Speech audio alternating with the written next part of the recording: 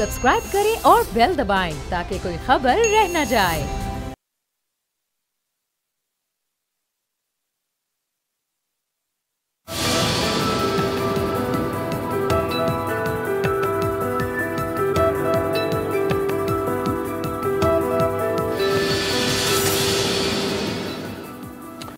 अस्सलाम वालेकुम व्यूअर्स, मैं हूं आपके साथ अमीर अब्बास और आप देख रहे हैं तब्दीली।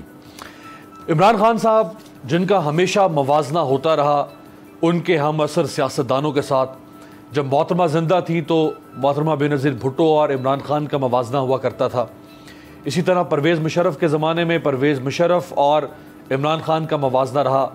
नवाज शरीफ और इमरान खान का मवाजना एक तवील अरसे तक होता रहा और आज भी PMLN अपने कायद का मवाजना इमरान खान साहब के तर्ज़ हुक्मरानी से कर रही है। और इसी तरह से पीपल्स पार्टी के जो हुक्मरान आए और जो पीपल्स पार्टी का तर्ज़ हुक्मरानी रहा उसका मवाजना बशमूल आसिफ अली जरदारी साहब के इमरान खान साहब से होता रहा। एक ऐसा वाज़े फ़र्क हमेशा जो इमरान खान साहब के पलड़े में को भारी करता रहा वो ये था कि इमरान खान साहब की अपनी ज़ात के ऊपर कोई करप्शन का ऐसा दाग नहीं था जो उनके पूरे सियासी किरदार को दागदार कर देता, जबकि ये बाकी तमाम सियासी शख्सियात इन पर करप्शन का इल्ज़ाम साबित हुआ या नहीं हुआ लेकिन इनके ऊपर करप्शन के कई छींटे ज़रूर तारीख उड़ाती रही।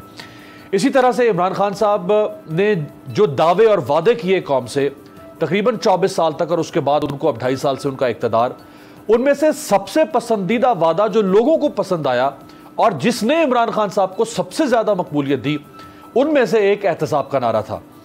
अभी इन 2.5 सालों में इस वक्त इमरान खान साहब का एहतसाब कहां खड़ा है वो आपके सामने रखते हैं, फिर इस पे बात करेंगे कि अब जो बाकी 2.5 साल है, चूंकि अब 2.5 साल हो गया, 2.5 साल बाकी 2.5 साल के बाद 5 साल जब पूरे होंगे तो इमरान खान कौम के सामने वो कौन सा नामा अमाल रखेंगे एहतसाब के हवाले से। हमजा शहबाज शरीफ साहब जिनकी अभी जमानत हुई 27 फरवरी 2021 को, हमजा शहबाज शरीफ साहब को 11 जून 2019 को गिरफ्तार किया गया था। उनकी ज़मानत हो गई और ज़मानत मिलने के बाद उन्होंने जो खिताब किया, जिस तरह जो जोश और वलवले के साथ उनको वहाँ पर रिसीव किया गया, मैं चाहूँगा ज़रा आपको सुनवा दें कि हमजा शहबाज ने कहा क्या। लोग जेल में जाते हुए भी इमरान खान को बुरा भला कह रहे हैं, लोग जेल से निकल कर भी इमरान खान को बुरा भला कह रहे हैं और अब जब तक ये ज़मानत पर रहेंगे ये इमरान खान को बुरा भला कहते रहेंगे। अब ये इमरान खान साहब ने सोचना है कि ऐसा क्यों हो रहा है, ये एहतसाब कहां जाके अटक गया है। 20 माह जेल में रहने के बाद आज वो बाहर आए और वो अखलाकी तौर पर लोगों के सामने कह रहे हैं कि मेरी तो कामयाबी है, मैं तो 20 माह इनके पास था, ये कुछ नहीं कर सके मेरा।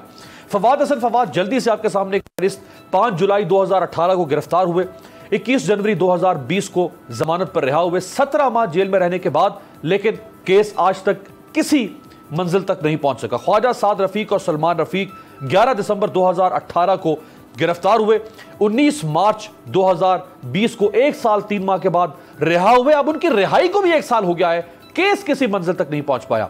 खुर्शीद शाह साहब 18 सितंबर 2019 को गिरफ्तार हुए, तकरीबन उनकी गिरफ्तारी को भी 17 माह से ज्यादा हो चुके हैं, केस किसी अंजाम तक नहीं पहुंच पा रहा, वो अभी भी गिरफ्तार है। मिफ्ता इस्माइल साहब को 7 अगस्त 2019 को गिरफ्तार किया गया, 26 दिसंबर 2019 को वो जमानत पर रिहा हुए, उनकी रिहाई को भी 1.25 साल हो गया लेकिन केस कहीं नहीं पहुंच पा रहा। शाहिद खाकान अब्बासी साहब 18 जुलाई 2019 को रिहा हुए, 26 फरवरी 2020 को तकरीबन 7-8 माह के बाद उनकी भी जमानत पर रिहाई हो गई। अब उनकी रिहाई को भी पूरा 1 साल हो गया लेकिन केस कहीं नहीं पहुंच पा रहा। एहसन इकबाल 23 दिसंबर 2019 को गिरफ्तार हुए और 26 फरवरी 2020 को तकरीबन 3 माह के बाद रिहा हो गए। शहबाज शरीफ 28 सितंबर 2020 से गिरफ्तार हैं। राना सनाउल्लाह साहब जिन्हें 2 जुलाई 2019 को गिरफ्तार किया गया था और 24 दिसंबर 2019 को तकरीबन 5 माह के बाद उनको रिहा कर दिया गया। उनकी रिहाई को तकरीबन 1.5 साल हो जाएगा लेकिन अभी तक केस कहीं नहीं पहुंचा। फरियाल तालपुर साहिबा 14 जून 2019 को गिरफ्तार हुई, 17 दिसंबर 2019 को तकरीबन 6 माह के बाद उनकी जमानत हो गई।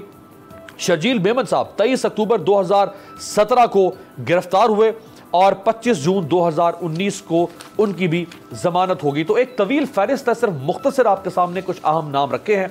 इनमें से किसी को भी अभी तक एहतसाब अदालत से सजा नहीं हुई है।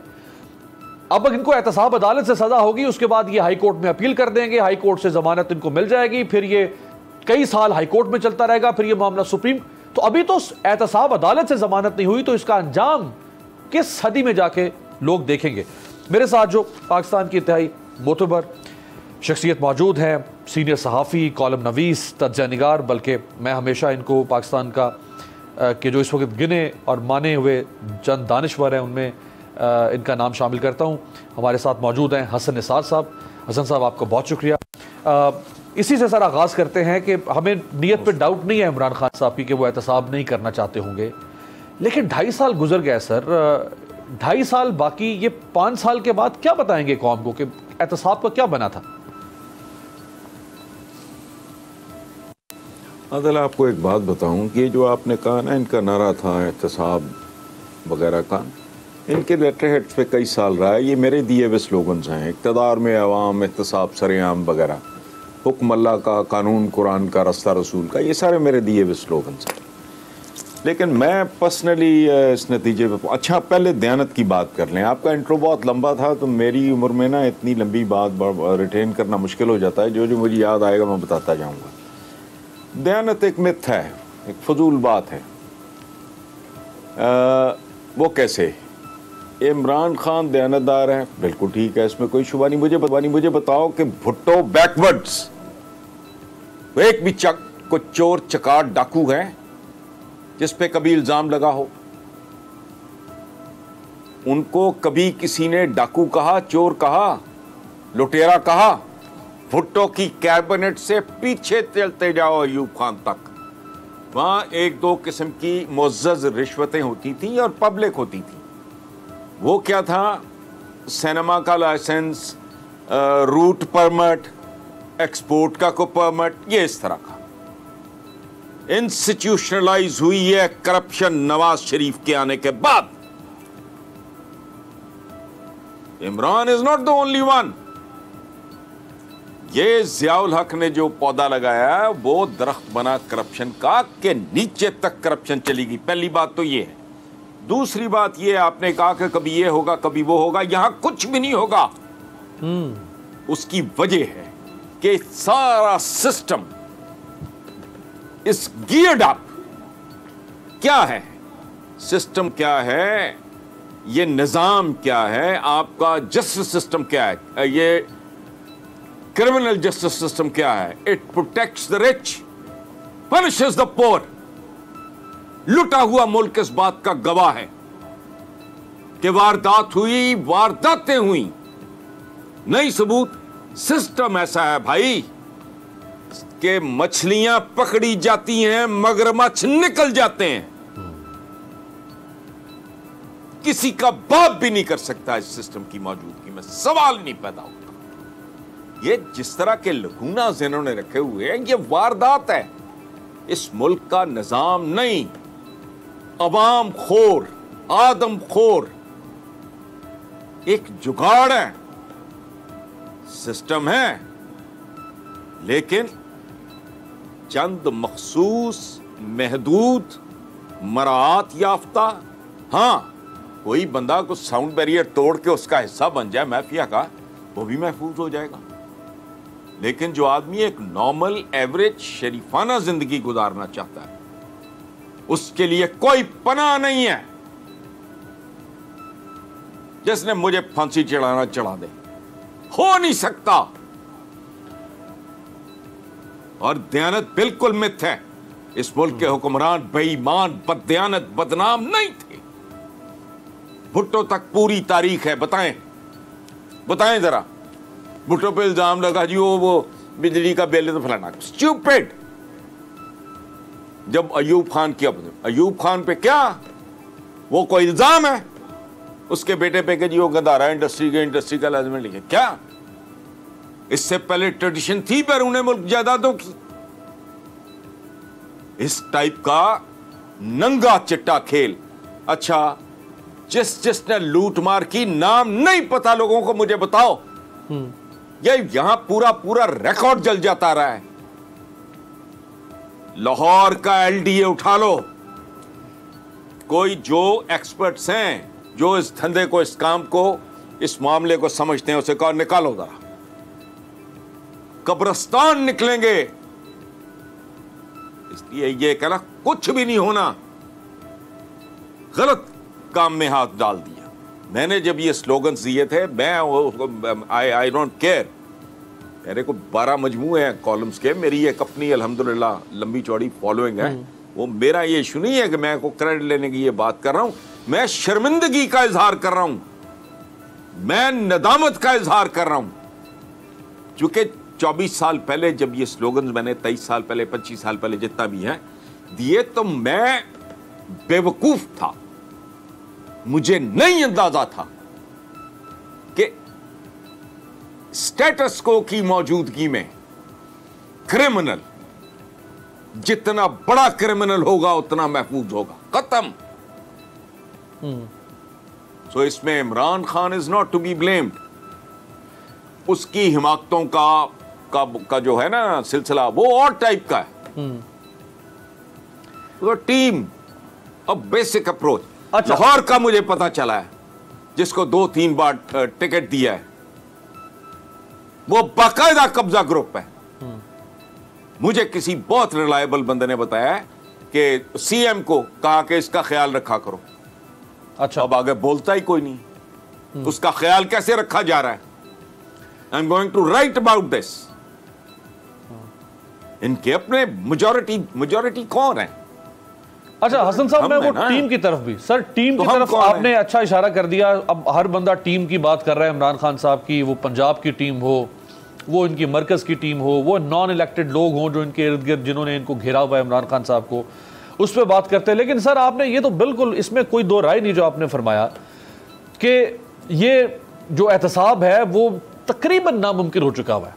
जिस तरह जो जिनके ऊपर करप्शन के इल्जामात है, वो जिस तरह इस निज़ाम को बच्चे जमूरे की तरह घुमा रहे हैं, वो अदालती निज़ाम को, वो इंतजामिया को, जिस तरह नैब को वो घुमा रहे हैं एहतसाब नहीं ऊपर। लेकिन सर सवाल ये है कि अदालती इस्लाहात नहीं आ सकी, स्टेटस को टूट नहीं पा रहा, ब्यूरोक्रेसी में इस्लाहात नहीं आ पाई, स्टेटस को टूट नहीं पा रहा, एहतसाब नहीं हो पा रहा, स्टेटस को टूट नहीं पा रहा। तो पर इमरान खान करेगा क्या 5 साल? फिर जरूरत क्या रहेगी इमरान खान की लाने की? सर ओ भाई, मैं तो तय कर चुका हूं ये बात, स्टेटस को की मौजूदगी। मैं अपनी जहालत का, अपनी लाइल्मी का, अपनी बेवकूफी का एतराफ कर रहा हूं। मैं पागल था जिसने ये लिखा है इक्तदार में अवाम एहतसाब सरेआम। नॉनसेंस। इक्तदार में अवाम, वो कभी इस मुल्क की असेंबलियों में अवाम की नुमाइंदगी हुई है? किस टाइप के लोग हैं, कौन लोग होते हैं? अवाम की बात करते हैं, फ्रॉड है। अवाम का तो 2% अवाम जिसे कहते हैं, और ये तो खुसूसी नशिस्तें वगैरह जो को खवातीन की होती हैं, वहां भी सवाए बेगमात के, इन्हीं घरानों की औरतों के। कभी इनको को रिटायर्ड प्रिंसिपल नजर आई है? कभी कोई PhD बच्ची नजर आई है लोअर मिडिल क्लास की? ये अवाम दुश्मन निजाम है सारे का सारा। इसका कोई हल नहीं है सवाए एक के। जो इत्तफाक है वो भी मैंने ही सजेस्ट किया है, कितने सालों से लिख रहा हूं, तेजाब से गुस्ल दो इस नापाक निजाम को। 3 शिफ्टों में यहां जिल्लात काम करेंगे तो काम बनेगा, नहीं हो सकता। ये है ना खसूसी नशिस्तें, वहां बेगमात जाती हैं। पता लगे जी को बच्ची जिसने को डॉक्टरेट की हुई है, को बाहर से पढ़ के आई हुई है, को 2-4 साल उसने लम्स में पढ़ाया है, फलाना कौन? कैट वॉक अवाम इक्तदार में, तो कौन से अवाम? कभी सुना को रिटायर्ड प्रिंसिपल जो है वो सेनेट में गया हो, वारदाती है कुछ 70 करोड़ की, को 50 करोड़ की हो? तो ये क्या तमाशा है? तो बस करो बेवकूफ बनाना और मंतकी अंजाम का इंतजार करो। अच्छा फिर हसन साहब, अब फिर एक सवाल फिर ये यहाँ पे बहुत उठता दूर है, नहीं है ये जो आप फरमा रहे हैं, अगेन ये भी एक अपनी जगह पे एक रियलिटी है जो आप फरमा रहे हैं, भले इसको हम अभी इससे चश्मपोशी करें, लेकिन ये एक रियलिटी है। अब यहाँ सवाल ये उठता है कि क्या फिर अब कौम एक और इमरान खान की परवरिश करे, एक और इमरान खान का इंतजार किया जाए 20, 25, 30 साल लगाने के बाद? फिर अब हल क्या है ना, मतलब ये तो एक डेडलॉक, हम डेड एंड पे पहुंच गए। ये इमरान नाकाम है। नहीं, ओहो भाई ओ भाई नहीं, 5000 इमरान खान भी मौजूदा पाकिस्तान में डिलीवर नहीं कर सकते। पीटीआई के अपने लोग। और अभी आपने क्या बात की है, जो इलेक्टेड नहीं है, जो इलेक्टेड है वो क्या है? वो ज्यादा तजर्बाकार चोर है। जो प्रोसेस से गुजर के नहीं आता उसको तो कम से कम 5-7 साल चाहिए तजर्बा हासिल करने के लिए। लूटना कैसा है, वारदात कैसे करनी है, मिथ है ये भी। आप किसी टेक्नोक्रेट को लाते हो, वो इलेक्ट कौन हो सकता है? पहले अच्छा ये इलेक्ट नहीं हो सकता, वो ये क्वालिफिकेशन है। कोई शरीफ आदमी इस गंद में खुद को झोंकना चाहेगा? ओ मत मारी है। मैं 8-10 करोड़ रुपया खर्च करूं 2 टके का एक बंदा, बिलो एवरेज आदमी, उससे मैं टिकट मांगूं? मांगना ये तो बावकार आदमी का काम ही नहीं है। सेनेट का टिकट दे दो मुझे, प्रोविंशियल मुझे फलाना मंगते। पहले उससे टिकट लो, पहले उसको पार्टी फंड दो, फिर करोड़ों रुपया इलेक्शन पे को दाएं बाएं धांधली, जात बेचो, बरादरी बेचो, रब रसूल के नाम, इस्लाम दीन फलाना, कोई शय नहीं छोड़ते। उसके बाद ये सारी इतनी भयानक, इतनी जिल्लत आमेज ड्रिल है ये करने के बाद मेरे में तो इतना ज़र्फ नहीं है कि मैं तुम्हारे लिए जाके वहां कानून साजी करूं। मुझे एक बात बताओ यार, ये सारे ईदी हैं, हम पागल तो नहीं? दिमाग चल गए, मुफादात हैं लोगों के, चमचागिरी, चापलूसी, खुशामद। और आप कहते हो कि टीम वो इंपोर्ट करे। अब यही मटेरियल है। पीटीआई के चंद लोगों के बारे में आज मैं ताजियत के लिए गया था, एक जगह बातें हो रही थी, और उनमें से 2 को मैं जानता हूं जाती तौर पे। कब्जा ग्रुप पे लाहौर के, सुन ले पीटीआई, मेरे साथ आके बैठे। और सालसी हुई, महमूदुर रशीद बैठा, असलम इकबाल बैठा, गवर्नर पंजाब के नॉलेज में है, नतीजा 0, नंगा चट्टा कब्जा है। क्या बात कर रहे हो? जो इलेक्टेड है, वो जो इलेक्ट हो सकता है, वो तो खुदा की पनाह, वो तो इस बात का सबूत है कि वो क्या शय होगी, क्या आइटम होगा। हसन साहब, अच्छा हसन साहब, आप फरमा रहे हैं कि बात है ये इमरान खान तो वो ब्रेक थ्रू नहीं कर सके जो लोग तवक्को कर रहे थे। आप कह रहे हैं कि अगर यही निजाम रहे तो इस इमरान खान जैसे 5000 भी और आ जाए तो कुछ नहीं कर मैं ये कह रहा हूं वो कर सकता ही नहीं।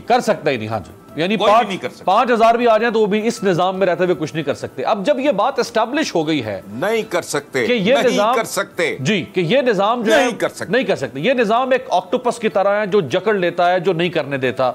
जब ये बात एस्टैब्लिश हो गई, ये बात खुद इमरान खान को भी पता चल चुकी होगी कि 2.5 साल में मैं करना चाहता हूं, कुछ नहीं हो पा रहा, मेरे हाथ पांव जकड़ लिए गए। तो अब वो इमरान खान पर बैठे क्यों है इस कुर्सी के ऊपर? वो कोई बड़ा ऐसा कदम क्यों नहीं उठा पा रहे जिसको आप कहते तेजाब से गुसल दो, शिफ्टें लगाओ, कुछ तो करे ना वो। ये स्टेटस को चलाने से क्या फायदा पर इमरान खान को? ओ यार नहीं मेरे भाई, ऐसे नहीं होता। होपिंग अगेंस्ट होप, ये तोप चला लूंगा, मैं वो तफंग चला लूंगा, ये तीर चल जाएगा, कुछ भी नहीं। अच्छा, ये अपने इमरान खान की ट्रैवलिंग देख लो।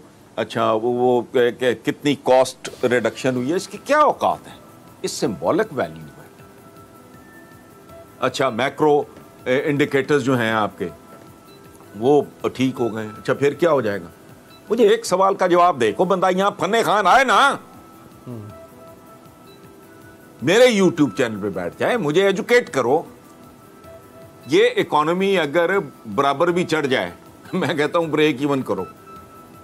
और जिस तरह तुम्हारी पॉपुलेशन बढ़ रही है, जीनियसेस की फौज भी इकट्ठी हो जाए, इसको मैच ही नहीं करती। किसको बेवकूफ बना रहे हो? या खुद बेवकूफ हो या मुझे समझ रहे हो, तो मैं तो नहीं हूं। The way your population is growing, उसको मैच करने के लिए जिस किस्म का ग्रोथ रेट चाहिए ना, उसके लिए जरूरी है कि तुम्हारे हर चौक चौराहे से तेल फूट पड़े। और तेल भी इस तरह फूटे कि अपने जोर पे फूट पड़े। आपको किसी अरामको की या बार की कंपनी की जरूरत ना पड़े। वो यहां ये 4 दिन पहले सारे अखबारों में था, अरबों रुपए की प्रॉपर्टी, एक 2 कौड़ी का सुपरिंटेंडेंट, 2 कौड़ी का सुपरिंटेंडेंट, अरबों रुपए की प्रॉपर्टी। वो किस निजाम में जिंदा हो? अंधे हो?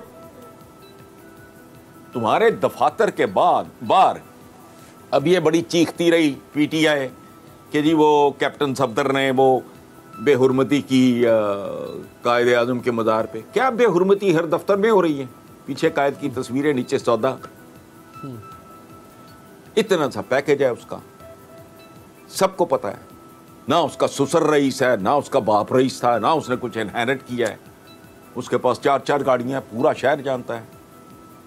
हर सरकारी मुलाजिम, मेजॉरिटी 99, 94, 95%। मैं गलत कह रहा हूं? अच्छा, फिर तुम पागल हो? ये निजाम पागल है। इसका कोई नर्वस ब्रेकडाउन हुआ है, ये सोच नहीं सकता। मुझे एक बंदा बताओ आप, जिसके बच्चे 2-4 रिस्पेक्टेबल स्कूल में पढ़ रहे हों, मियाँ बीवी हों, किराए का घर हो, तनख्वाह हो उसकी लाख रुपया, इख्तियारात हों बड़े, एक डीआईजी है, एक एसएसपी है, और कहते क्या है इनकी? एक खाते पीते घराने के बिजली के बिल से कम तनख्वाहें हैं इनकी। जो हराम खोरी नहीं करता, हराम कारी नहीं करता, जेन्युइन रिकॉर्ड पे जिसकी इनकम मौजूद है उसका, और वो कोई हेरा फेरी नहीं करता, बिजली चोरी नहीं करता, कोई टेम्परिंग नहीं कर रहा, तो 80-85 हज़ार से लाख से कम का बिल नहीं है भाई। तो वो जिंदा कैसे है? वो तुम अंधे हो? पागल हो? पटवारी की 3 बीवियां, 3 घर, ये नॉर्मल बातें हैं। मैं किसी एक्सेप्शन की बात नहीं कर रहा। एक एसएचओ है, उसका टेक होम क्या है, उसके बच्चे कितने, बीवी कितनी, बच्चे कहां पढ़ रहे हैं, ससुर क्या है? चलो जी, बीवी की तरफ से आ गया होगा। ससुर क्या है, बाप क्या था, उसने इनहेरिट क्या किया था, कहानी खत्म हो जाती है। एक सवाल बनता है, तुम जिंदा कैसे हो? बताओ। इनको कतारों में खड़ा करो, राइट, गोली का बिल भी इनके घर पे भेजो। राइट। एक ब्रेक, इजाजत से एक ब्रेक। सर, ये नुक्ता मैंने दोबारा समझना है आपसे, इसमें अभी भी कुछ इबाम मौजूद है। मैं एक ब्रेक पे आपकी इजाजत से वापस आता हूँ, यहीं से हसन निसार साहब से आगाज करते हैं।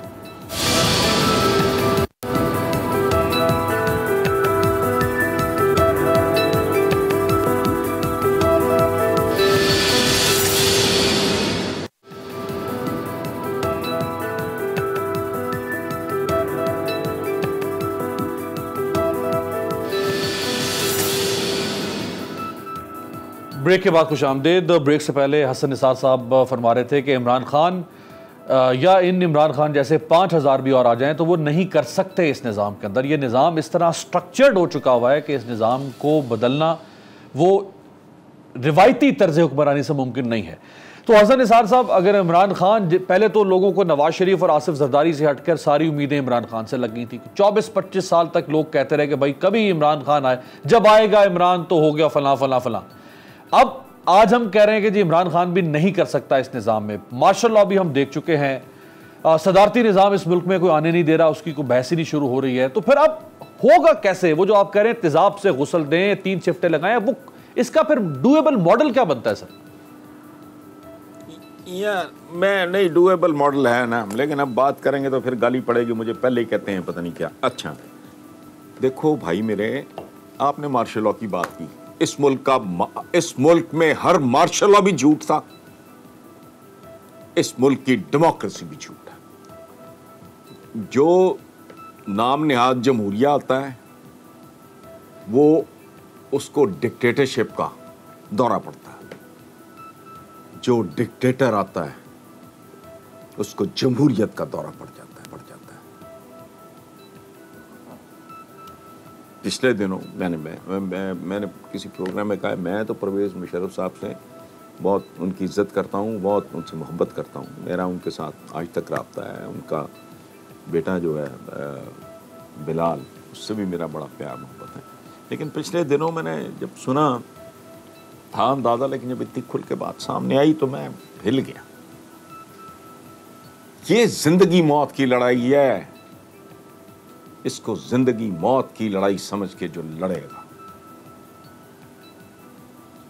और सोच क्या, अगर जीत गए तो जीत गए, हारे भी तो बाजी मात नहीं। ये मुल्क वहां पहुंच गया है कि खुदा की पनाह खौफ आता है मुझे। जिधर देखता है ना आदमी, उधर लगता है कि भेड़ियों का, भूखे भेड़ियों का खौल है।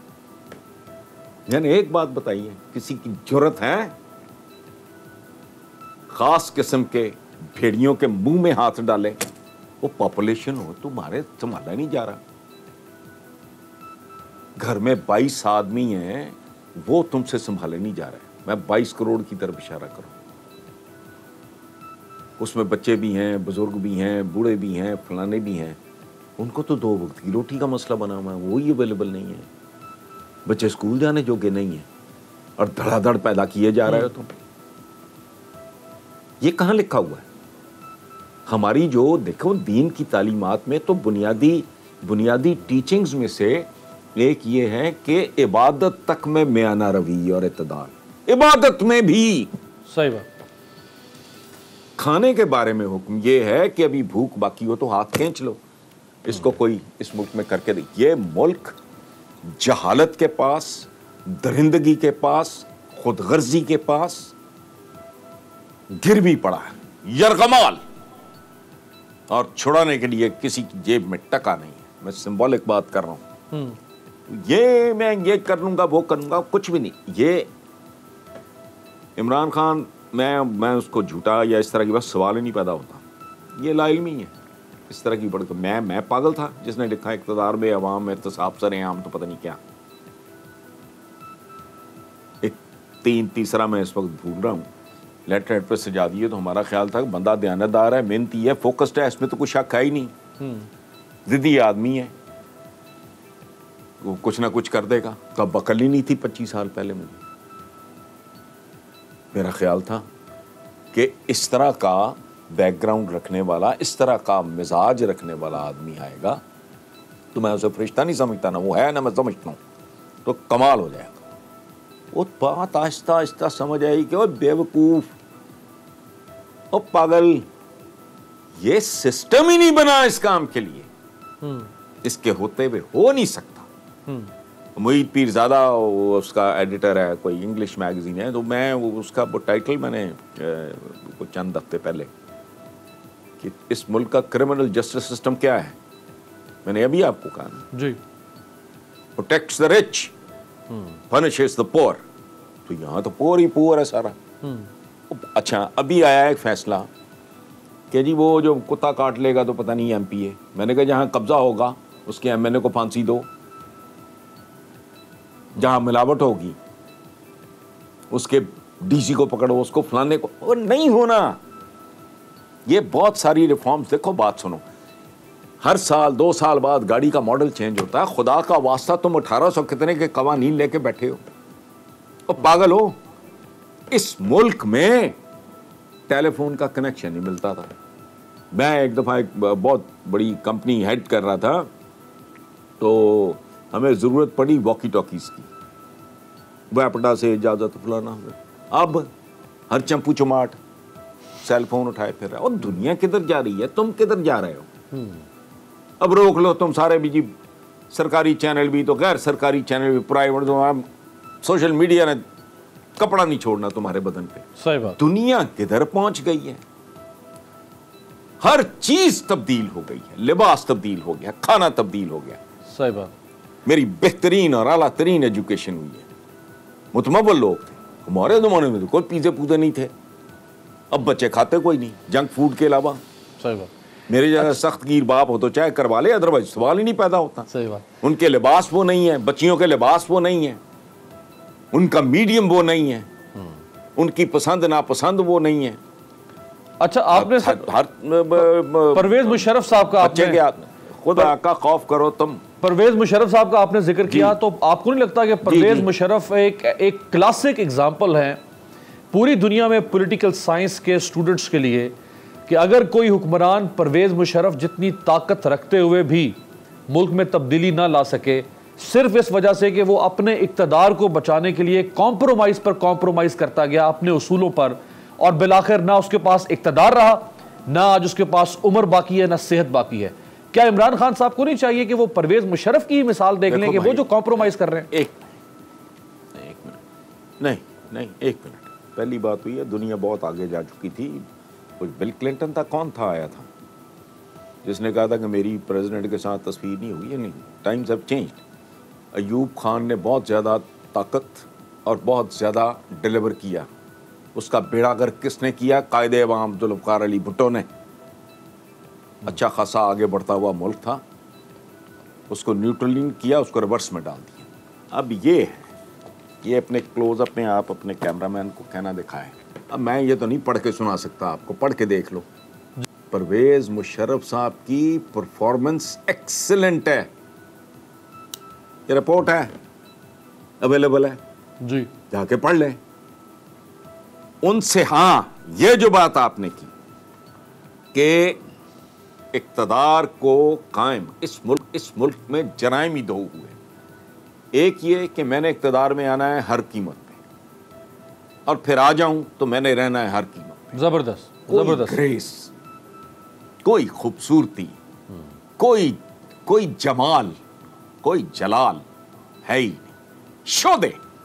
शोदे छिछोरे, बंदा ठोकर मारता है। पर हमारे दानिश्वरों का यह हाल है, उनको कोई ना कोई सियासी इस तरह का कोई टटपूंजिया सा मनसब चाहिए होता है। मैं कहता हूँ तुम कितने, मैंने कल या पता नहीं परसों किसी चैनल पे ये बात की है, नहीं अपने ही प्रोग्राम में एक में, कि मैं दो लोगों की रूहानी मजहबी शख्सियात को अलहदा कर दो, मैं सवाए साइंटिस्ट के और अहले कलम के, मैं किसी को हीरो मानता ही नहीं।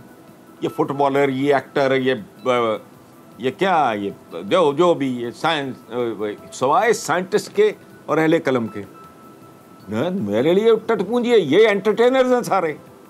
कौन है ये? हमारे ये हीरोज हैं? नहीं। अब प्रॉब्लम है एक बहुत बड़ा कि ये जो सारा एक कल्चर है, और मुसलमानों के बारे में तो उनकी सारी अब तारीख जो है पिछली सदियों की उठा के देख लो, खुदा की पनाह एक मिजाज बना। परवेज मुशर्रफ साहब का परफॉर्मेंस ज़बरदस्त थी, सारा कुछ ठीक था, और वो सबसे ज़्यादा ताकतवर हुक्मरान भी नहीं थे, ये भी वो अयूब खान थे। आहिस्ता आहिस्ता रोड होता गया मामला, दुनिया तब्दील होती गई। लेकिन इनकी ये बात सुन के मैं आपको बताऊं, मैं भी हिल गया। और नहीं, रब्बुल इज़्ज़त ने 22 करोड़ जितना बंदा तुम्हारे डिस्पोजल पे फेंका, वो कहाँ से लाओ? अब उमर बिन अब्दुल अजीज, जिसका रंग उड़ गया, होंठों पे पिपड़ियाँ, रंगत स्याह हो गई, बुरा हाल। हज़रत उमर बिन खत्ताब वो क्या कहा करते थे कि ये नहीं, मत ये छोड़ें, इन हालात में मुमकिन नहीं। We need somebody like Mustafa Kemal Ataturk जैसा कोई आदमी, वो हसन साहब समझते हैं कि ऐसा कोई आदमी हो इस निज़ाम में, और इन लोगों से तो ये काम बनने वाला नहीं। एक ब्रेक शामिल करते हैं, ब्रेक के बाद वापस आते हैं। सेनेट इलेक्शन 3 दिन बाकी हैं। कल फैसला आ जाएगा सुप्रीम कोर्ट का सदाती रेफरेंस के हवाले से, और इसके बाद फिर 26 मार्च लॉन्ग मार्च और एक नई सियासी सरगर्मी शुरू होने जा रही है जो अगले 2.5 साल तक बरकरार रहेगी। एक ब्रेक के बाद।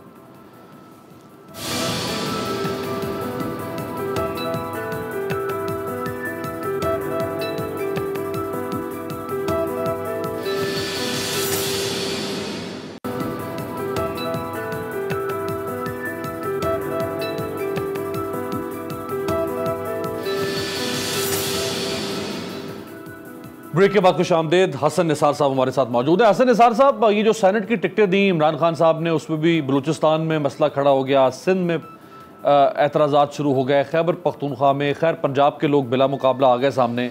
लेकिन ये फैसल वाडा साहब जैसे उनको कौमी असम्बली से निकाल के और वहाँ ले जाया जा रहा है, बावजूद इसके कि उन पर अपनी शहरियत को छुपाने का इल्ज़ाम है। वो इस्लामाबाद हाई कोर्ट में पेश नहीं हो रहे, वो इलेक्शन कमीशन में पेश नहीं हो रहे। इलेक्शन कमीशन उनको जुर्माना कर चुका है 50,000 रुपए का। क्या ये इमरान खान साहब की मॉरल स्टैंडिंग्स के मुताबिक है जो कुछ हो रहा है? देखो, काने नमक में जो जाएगा वो नमक में तब्दील हो जाएगा। ये इस निज़ाम की एक और बहुत मकरूह साइड है। कोयलों की दलाली में हुस्ने यूसुफ का मालिक भी होगा ना, अगर कोई, उसका मुंह काला हो जाएगा। कल्चर है। आप मुझे एक बात बताओ, आपको कोई दलदल में धक्का दे दे, कीचड़ पे धक्का दे दे, क्या करोगे आप? ये गंद का ढेर है सारा। ये जो सेनेटें मैनेटें मैंने लिखा, मैंने कहा क्या है? हमारे पास, उनके पास आइंस्टाइन होता है, हमारे पास एक आइन होता है जिसके बारे में ज़ियाउल हक से ज़्यादा ऑलमाइटी कौन रहा है।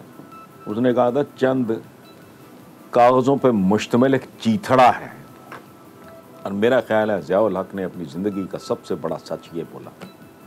अब ये सेनेट आ रही है, सेनेट जा रही है, ये यहाँ हो गया है, पंजाब में मुँह हो गया, अच्छा हो गया तो फिर क्या होगा भाई?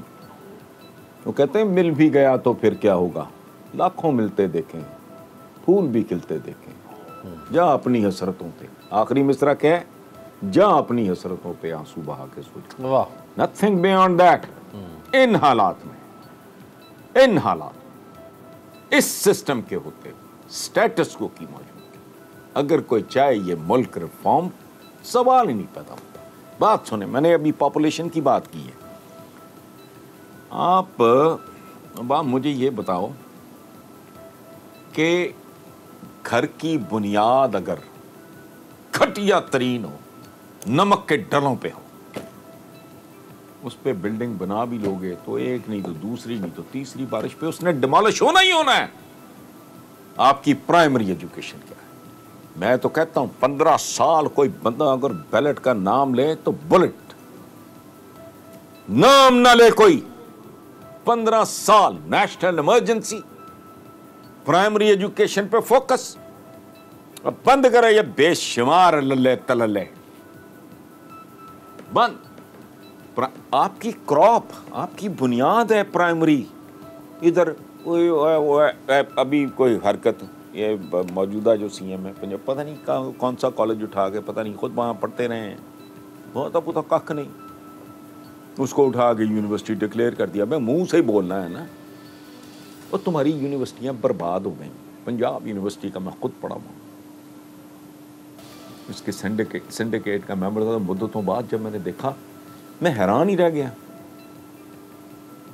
ये कोई ड्रेस कोड ही नहीं है, छितर पहने हुए हैं, खुजलियाँ करते फिर रहे हैं, मैले कुचाले से, जैसे नींद से उठ के आ गया हॉस्टल से। सुथने पहनी हुई हैं, कौमी लिबास है। जो कौमी लिबास, सुथन तुम्हारा कौमी लिबास है, ये टर्किश है बेसिकली। तो कोई सर पैर नहीं है, बुनियादों का ही नहीं इल्म इनको। ये बहुत बाकी चालाकियां जानते हैं। प्राइमरी एजुकेशन पूरा फोकस। तुम देखो क्रॉप कैसी आती है। वो यहां तो लोगों को सड़क अबूर करने की 73 साल में तमीज नहीं दे सके आप। उस बच्चे को बताओ, बच्चियों को पढ़ाओ। वो जो नेपोलियन पागल था जिसने कहा था कि मुझे अच्छी माएँ दो, मैं तुम्हें अच्छी कौम देता हूँ। इधर अब्बा भी हो जाए फारिग है, वो हराम खोर है, वो काम चोर है, दफ्तर कभी टाइम पे नहीं जाता, उधर बैठ के वो गप्पे लगा रहा है, उधर सरेआम वो रिश्वत ले रहा है। बंदा कहता वो तनख्वाह इसकी इतनी है, गाड़ी इसकी बाहर खड़ी है 30 लाख की, और दूसरी बेगम के पास जो है वो अलहदा है। बच्चे कहाँ पढ़ रहे हैं? वो तुम्हारी तनख्वाह से तो एक बच्चे की स्कूल फी नहीं पूरी होती जहाँ बच्चे पढ़ रहे हैं। कोई अंधे हैं? अंधे नहीं है, ये बड़े यमले हैं, पता है इनको सब कुछ है। ये सब टोपी ड्रामा चल रहा है। कहते थे, मैं बड़ी दर्दनाक बात है, कि यूं दी हमें आज़ादी की दुनिया हुई हैरान, ए कायदे आज़म तेरा एहसान है एहसान। आधा एहसान उतार दिया है, बाकी आधा है इसका देखते हैं। कुछ भी नहीं है। सही। प्राइमरी एजुकेशन से लेके पॉपुलेशन मैनेजमेंट तक बहुत जबरदस्त, बहुत जबरदस्त। प्रायोरिटीज चेंज करो। 15 साल का रोड मैप दो। बहुत जबरदस्त। दरिया को और कूजे में लोगों को आपने बंद कर एतमाद दिया में है कि प्राइमरी एजुकेशन नर्सरी से लेकर तीसरा। पॉपुलेशन मैनेजमेंट तक, और दोनों काम माशाल्लाह इन 2.5 पॉपुलेशन सालों में, मैनेजमेंट तक जी दोनों काम इन पहले 2.5 5 साल में माशाल्लाह ये वो अचीव करेंगे, नजर फलाना नहीं होगा। आए। और अच्छा हसन साहब, अब एक तरफ तो इमरान खान साहब, हज्जाज बिन यूसुफ जी, एक तो इमरान खान साहब की बात होगी। अब इमरान खान साहब के जो 9 रतन हैं उनमें से एक जहां लाहौर में आप इस वक्त तशरीफ रखते हैं, वसीम अकरम प्लस। तो हमने तो खैर अब अपने होठ ही सी लिए, क्योंकि इमरान खान साहब मानने को तैयार ही नहीं है कि पंजाब में गड़बड़ है। तो अब आप ही बता दें, ये 2.5 साल हो गए हैं, पंजाब कहाँ खड़ा है सर? लोकल गवर्नमेंट इलेक्शन नहीं हुए, इलेक्शन कमीशन सुप्रीम कोर्ट में खड़ा होकर कह रहा है कि ये जुर्म है जो ये कर रहे हैं। यार ये पंजाब कहाँ खड़ा है? पंजाब बैठा हुआ है और पंजाबी में उसको कहते हैं पैरा पार बैठा हुआ। बैठा हुआ भी ऐसे नहीं कि कोई आलती पालती मार के बैठा हो कोई, ना ना ना, बैठा हुआ है। सड़क जहाँ से चिप ऑफ हो जाती है, पूछने वाला कोई नहीं है, कूड़े के ढेर लदा है, एक और तरह हुआ, पता नहीं। आई डोंट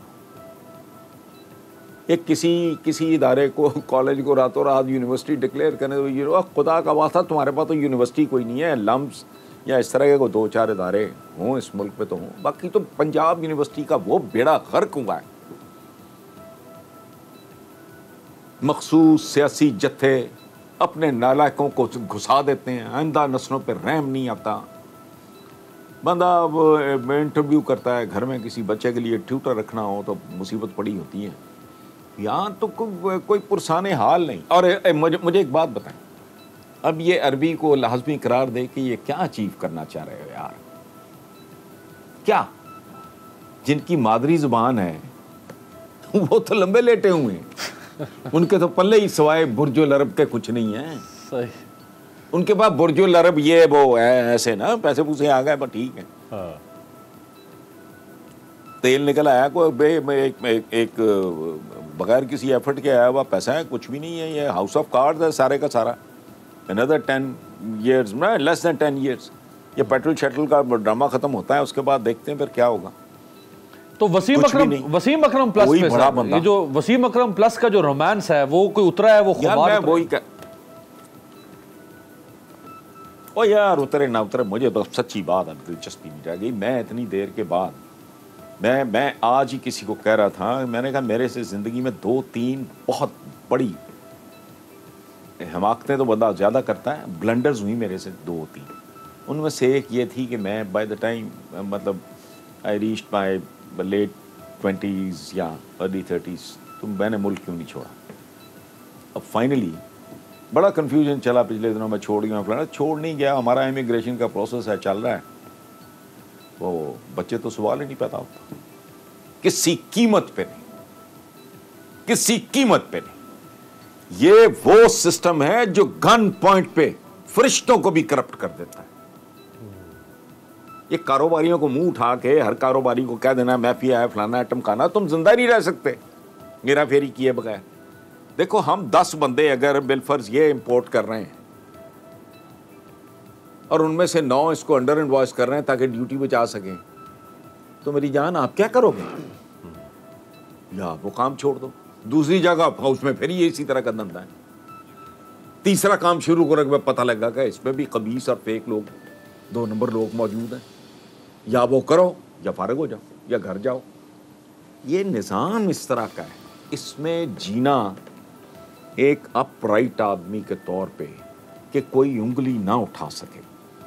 अपने ही प्रोफेशन के लोगों को देखो, मैं किसी और की क्या, मैं सियासतदानों के बारे में भौंकता रहता हूँ, अपनी बात कर लेते हैं। किसने क्या क्या नहीं किया यार, औकात क्या निकलती। मैंने अपने एक दोस्त को कहा था, मैंने कहा बात सुनो, तुम्हारे जैसा दूसरा है कोई नहीं। और ट्विन मतलब सरकारी एक ये क्लर्क्स होते हैं, जिनको हम कहते हैं ना मैं ब्यूरोक्रेट, क्या ब्यूरोक्रेट, 1 साल 2 साल का तजर्बा जिसको ये पता नहीं 60 साल की उम्र तक चलाते रहते हैं, 60 साल का तजर्बा, वो थे तजर्बा। कोई डिप्टी सेक्रेटरी को तुम अकाउंटेबल बने हो, तुम चेयरमैन हो या जो भी हो किसी इदारे के, बॉस इमीडिएट कौन है तुम्हारा? कोई डिप्टी सेक्रेटरी है, फिर कोई जॉइंट सेक्रेटरी है, कोई सेक्रेटरी है, ऊपर जाए लल्लू पंजू टाइप को वजीर है। वो मैंने कहा शर्म नहीं आती तुम्हें सरकार का हिस्सा बनते हुए? तुम्हारा अपना नाम एक इंडिपेंडेंट, यानी किसी 7 स्टार होटल में बहरा होने से दरबान होने से बेहतर है कि अपना मूडा होटल बनाओ। क्या बात, तो क्या नहीं किया। मैं अब नाम लूं अच्छा नहीं लगता, हम सब जानते हैं। बहुत बहुत शुक्रिया हसन निसार साहब, आप इनसे इख्तलाफ हैं, आप हसन निसार साहब से इत्तफाक भी कर सकते हैं, लेकिन हसन निसार साहब अपने अंदाज़, अपने ख़यालात और अपनी सियासी सोच और फ़िक्र के लिहाज से और पाकिस्तान के मसाइल को बयानिया देने के लिहाज से इसमें कोई शक नहीं कि इस वक्त हसन निसार साहब अपनी एक जुदागाना हैसियत रखते हैं। बहरहाल आप उनसे इख्तलाफ और इत्तफाक कर सकते हैं। आपसे मुलाकात होगी अगले हफ्ते। देखते रहिएगा तब्दीली।